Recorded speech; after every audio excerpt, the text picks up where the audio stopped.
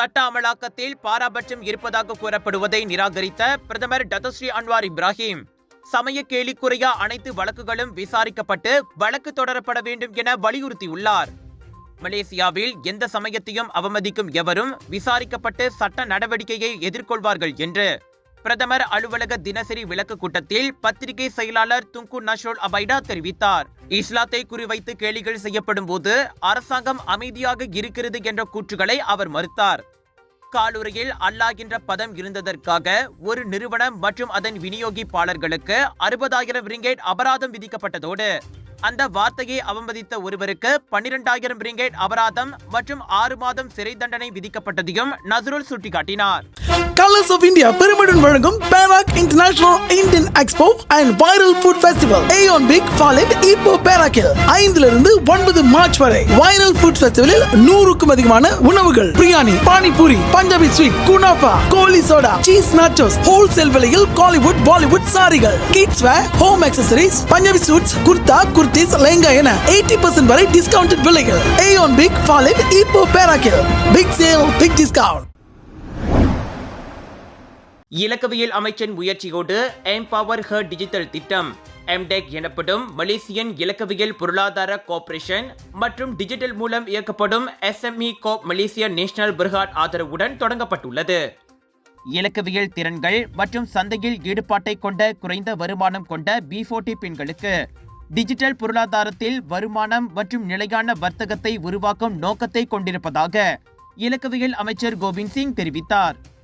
இலக்கவியல் ஏற்றத்தாழ்வை குறைக்கும் முயற்சியின் ஒரு பகுதியை கொண்ட இந்த திட்டத்தில் பட்டறை கலந்துரையாடல், தொழில்துறையில் அனுபவத்தை பகிர்ந்து கொள்வது மற்றும் வாய்ப்பு வழங்கும் சிறு கண்காட்சிகள், பங்கேற்பாளர்களுக்கு இலக்கவியல் வர்த்தக உத்திகள் மற்றும் ஆன்லைன் வர்த்தக வாய்ப்புகளையும் இத்திட்டம் வழங்குவதாக கோவிந்த் சிங் தெரிவித்தார்.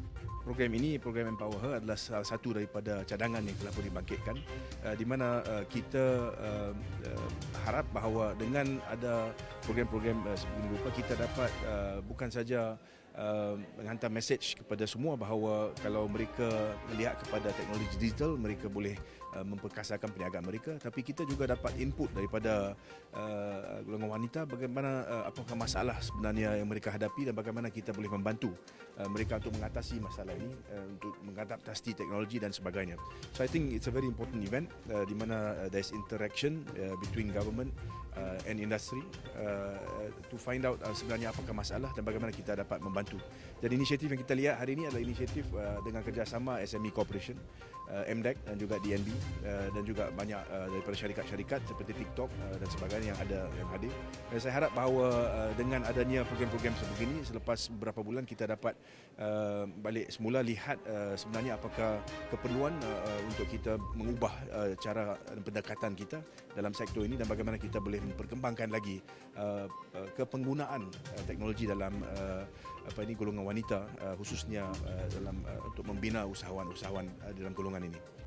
இதனிடையே எம்பவர் ஹர் டிஜிட்டல் பயிற்சி மட்டுமின்றி B40 பெண்களுக்கு இலக்கவியல் திறன், சந்தை வாய்ப்பு மற்றும் போட்டியிடும் வர்த்தக திறனையும் வழங்குவதாக எம்டெக்கின் தலைமை நிர்வாக அதிகாரி அன்வார் ஃபாரிஸ் வர்தில் தெரிவித்தார். இதனிடையே இந்த நிகழ்வில் கலந்து கொண்ட சிலர் தங்களது அனுபவத்தை வணக்கம் மலேசியாவுடன் பகிர்ந்து கொண்டனர். கரண்ட்லி நான் வந்து பார்ட் டைமாக தான் பிஸ்னஸ் செஞ்சுட்டு இருக்கேன், விச் இஸ் மட்டன் பிஸ்னஸும் ஸ்பைசிஸ், மலாயில் வந்து ரம்பா ரத்தோஸ்ன்னு சொல்லுவாங்க. ஸோ இது தான் வந்து ஃபேஸ் டு ஃபேஸ் கஸ்டமரை கடை வச்சு செஞ்சுக்கிட்டு இருக்கோம். ஸோ இதை வந்து எப்படி டிஜிட்டலைசேஷனாக கொண்டுட்டு போகிறதுன்னு கற்றுக்கிறதுக்கு தான் நான் இங்கே வந்தேன்.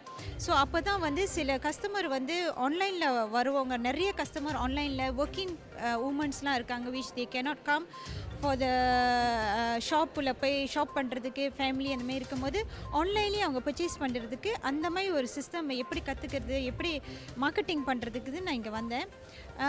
எஸ்ஃபா இப்போ வரக்கூடிய இன்ஃபர்மேஷன் வெரி குட் கிவன். எப்படி இந்த ஷாப்பி, இன்ஸ்டாகிராம், இந்த டிஜிட்டல் பற்றி, பிகாஸ் நான் வந்து ஜீரோ இந்த டிஜிட்டல் ப்ரோக்ராமில். ஸோ இதை தெரிஞ்சுக்கணுன்னு அந்த ஆர்வம் இன்றைக்கி வந்து எப்படி வந்து பார்ட் டைமாக லைக் டீச்சிங் லைனில் இருக்கிறோம்ல, ஸோ அந்த டீச்சிங் லைன்லேருந்து எப்படி மெட்டீரியல் கூடயும் நம்ம டிஜிட்டல் அந்த ஆன்லைனில் செய்கிற மாதிரி for parents easy right. So சில பேர் வந்து ரொம்ப கஷ்டப்படுவாங்களே கடையில் போய் வாங்குறதுக்கு. ஸோ இந்த ஆன்லைன் மூலிமா அவங்களுக்கு வந்து தெரிய வைக்கிறதுக்கு, ஸோ நான் வந்து கற்றுக்கிறதுக்கு தான் இன்றைக்கி மெயின். இதுதான் ஃபர்ஸ்ட் டைம் நான் இன்றைக்கி வந்தது. வந்து நிறையா நம்மளோட பிஸ்னஸ் உமன்ஸ் நிறையா பேர் வந்து பேசினாங்க, அவங்களோட எக்ஸ்பீரியன்ஸ் எல்லாம் ஷேர் பண்ணாங்க.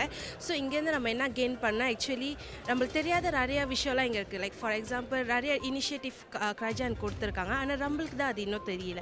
ஸோ இங்கே வந்ததுனால அதை பற்றி தெரிஞ்சுக்கிட்டோம். லைக் ஷாப்பிங் நார்மலாக நம்ம பாய்க்கிறது வந்து எப்போவுமே ஜாமா வாங்குறதுக்கு பாய்ப்போம், ஆனால் இங்கே வந்து ரம்பலி எப்படி நம்ம ப்ராடக்டை விற்கிறதுக்குன்னு சொல்லி கொடுத்தாங்க.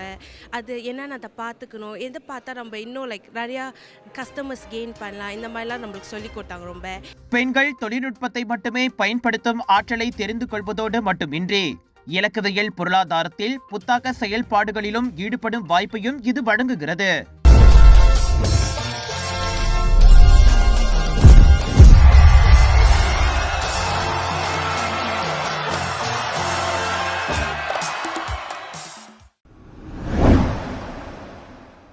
சுங்க தீர்ப்பாய அதிகாரி ஒருவர் நேற்று காலை இறந்து கிடந்ததற்கு தசைநார் கழுத்தை நெரித்ததால் ஏற்பட்ட அழுத்தமே அவரது மரணத்திற்கு காரணம் என சவ பரிசோதனையின் மூலம் தெரிய வந்துள்ளது. புத்ராஜயா மருத்துவமனையின் தடயவியல் மற்றும் உடற்கூறு துறையின் பிரேத பரிசோதனை அறிக்கையின் அடிப்படையில் இது திடீர் மரணம் என வகைப்படுத்தப்பட்டுள்ளதாக கோலாலம்பூர் போலீஸ் தலைவர் ருஸ்டி ஈசா தெரிவித்தார்.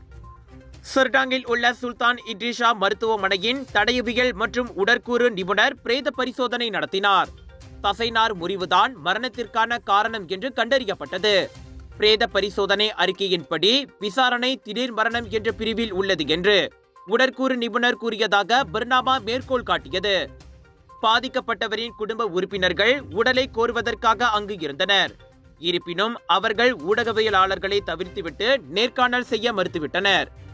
நிதி அமைச்சின் அலுவலகத்தின் தரையில் கழுத்து மற்றும் கால் கேபிளில் கட்டப்பட்ட நிலையில் அந்த நபர் இறந்து கிடந்ததை போலீசார் கண்டுபிடித்ததாக ருஸ்டி கூறினார்.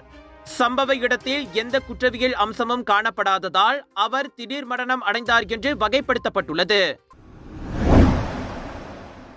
கடந்த ஆண்டு பினாங்கு கோந்தார் சட்டமன்ற உறுப்பினரின் சேவை மையத்தில் இருந்து 7,259 ரிங்கெட்டை திருடிய குற்றத்திற்காக துப்புரவு பணியாளருக்கு 11 மாத சிறை தண்டனை விதிக்கப்பட்டுள்ளது.